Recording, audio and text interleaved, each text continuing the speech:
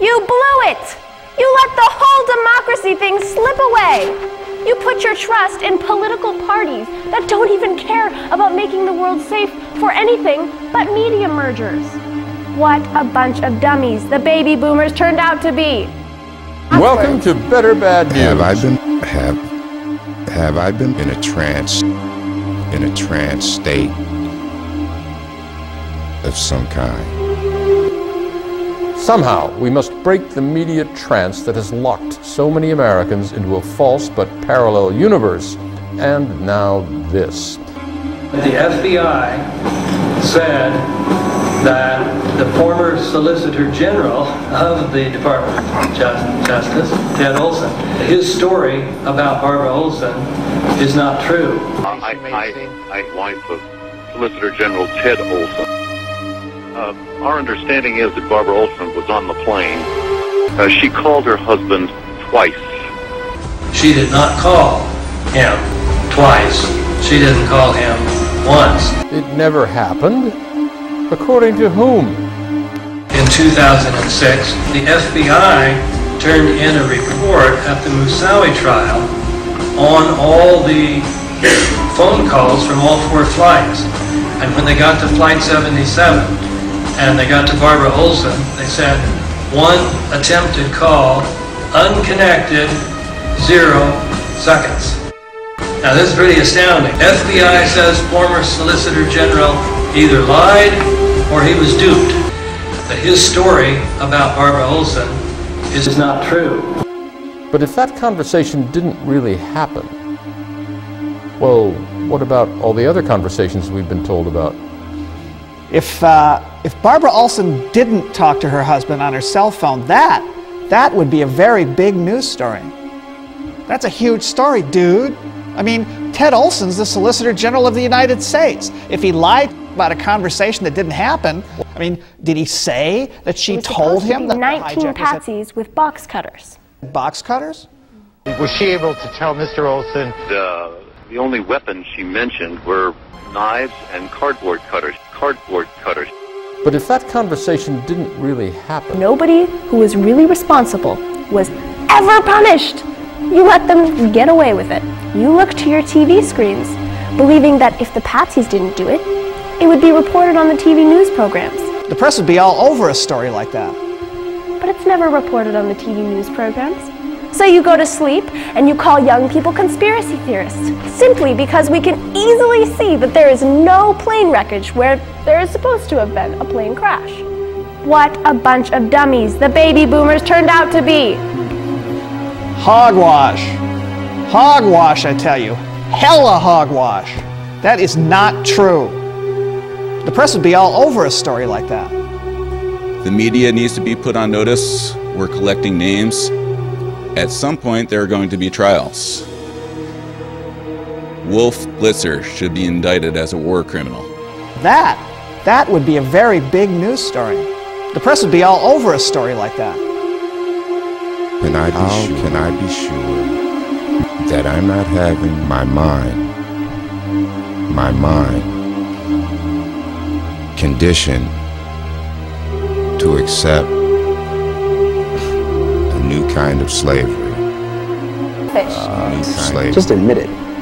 Okay, I admit it. I believe in civil rights and unusual search and seizure, but we're at war.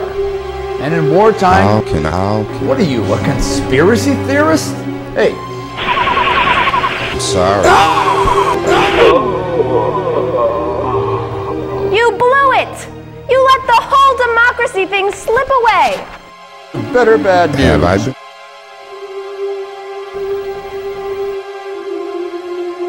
What happened? She was on Flight 77, right? We are not communicating. It never happened. I heard an entirely different story.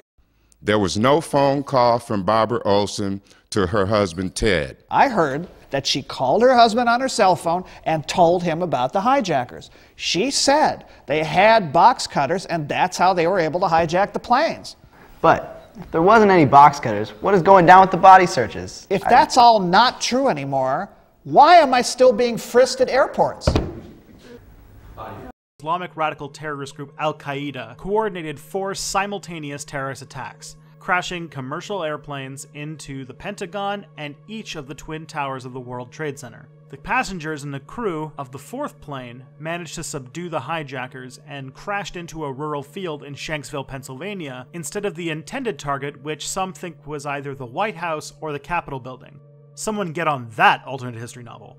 This tragedy was a live media disaster. People were glued to their televisions. Over the next few months, the US government led a UN invasion of Afghanistan. Just a year after that, the US was considering an invasion of Iraq, for reasons. This was the beginning of what we now call the global war on terror, and no matter what your political leaning, it is hard to deny the impact of the 9/11 attacks and subsequent war on terror have had on our modern world. They are a little quieter today, but at the time, there were plenty of media and protesters out there who argued that what we saw on September 11th was not at all what it appeared to be. From the day of the attacks, media ambiguities, dodgy reports, and the sheer gravity of the event led many to formulate all sorts of conspiracy theories against whatever group they wanted. So to begin digging in, let's look at all the theories that conspiracy theorists have made over the years. They range from highly technical questions about structural engineering to literal accusation of lizard aliens orchestrating the attacks from their moon base. Some conspiracy theorists say that the United States government intentionally looked the other way and let the attacks happen. Claims to this extent mention that the 9/11 plans had been on the CIA's list of potential plots,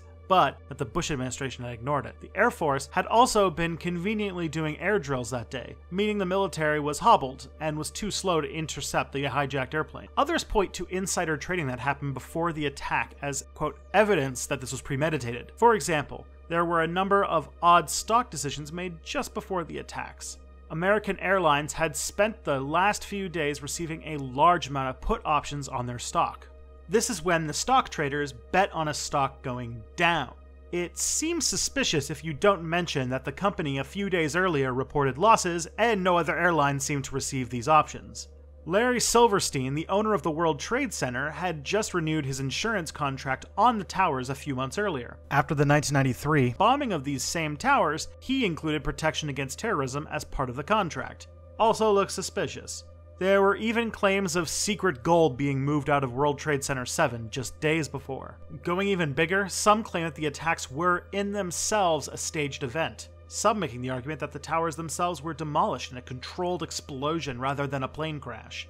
This theory is supported by either misinterpreting Larry Silverstein's choice to let Building 7 collapse rather than risk any more firefighters dying to save it, or by noting a bunch of weird structural details that many experts have since refuted.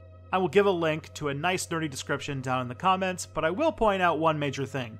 Thermite doesn't explode. It can't really be used for demolishing buildings. It's designed for disabling vehicles. But to address all of these claims in this video would be a logistical nightmare, as many are highly technical. A lot of books have been written addressing these claims, including a really good one published by Popular Mechanics. I suggest you start there. Again, I'll put this all in the info down below.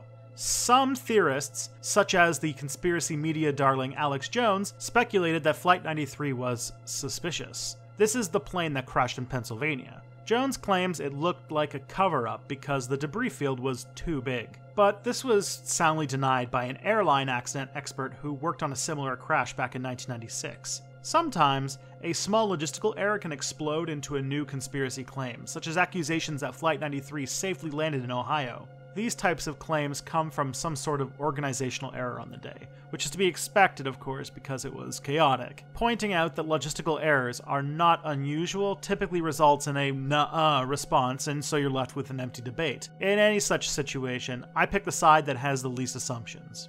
Occam's razor, yo. Going abroad, some theorists accuse that other governments knew about the plot, but withheld information to the US, allowing it to occur.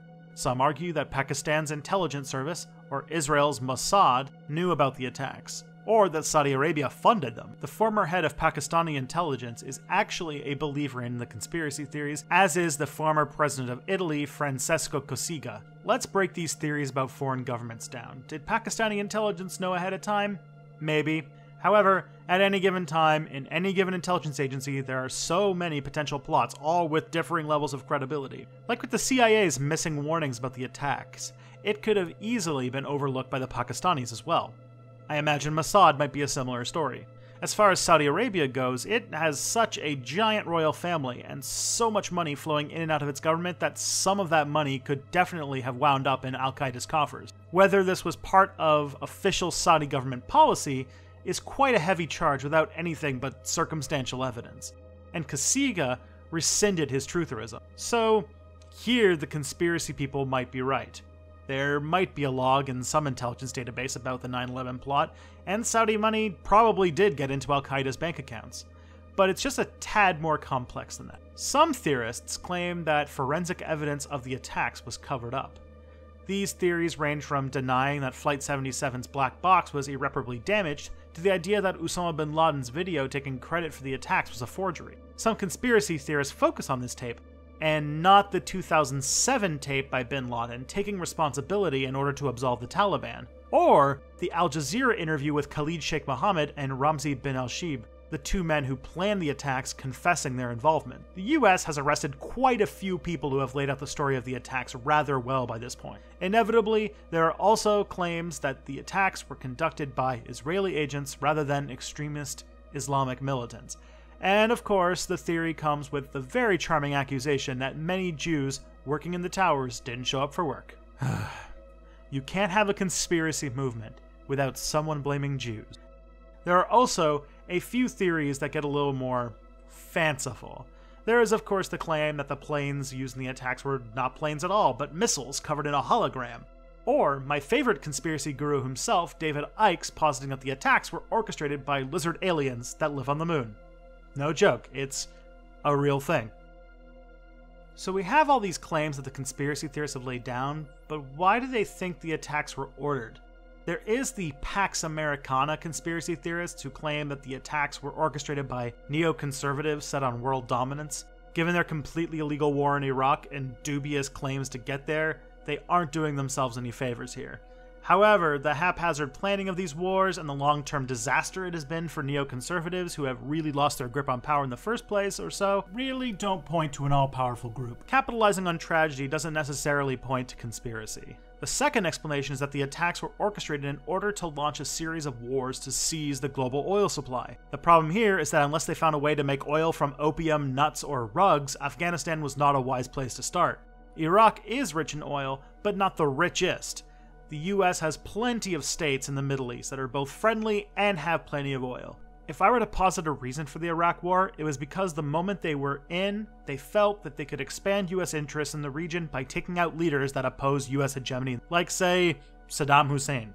The third major explanation is that the attacks were meant to bring about the New World Order. This is a favorite of Alex Jones, who claims a disparate networks of banks, corporations, globalists, and military folks wanted a war to establish a world government. These theories are older than 9/11, but in the conspiracy world, everything finds its way back to the New World Order. It's like a Saturday morning cartoon supervillain version of neoliberalism. Seriously guys, just read some David Harvey. You don't need elaborate schemes for rich people to take over the planet. The 9/11 truth movement really peaked around the Bush years, and in many ways it stood as a resistance to Bush and the war on terror, rather than as a serious allegation.